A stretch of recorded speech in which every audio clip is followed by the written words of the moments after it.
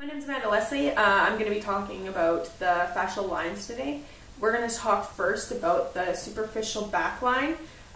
Basically, it's used for extension, so body extension. So when we're born in flexion, and as we develop and grow, our slow twitch fibers are going to dominate the back, and it's going to hold us erect.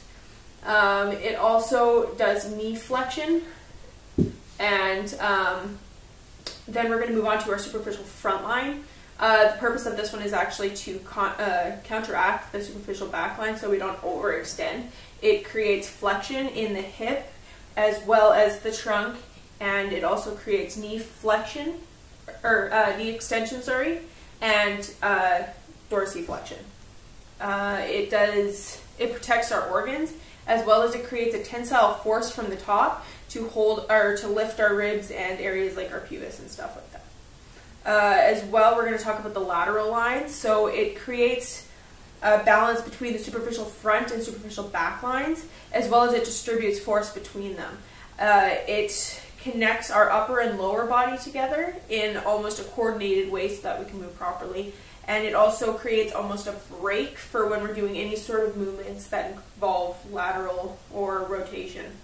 Then we've got our spiral line. It wraps our body, and it creates balance between our body, or throughout our body. It creates a proper tracking for when we're walking so that our knees and our legs don't collapse.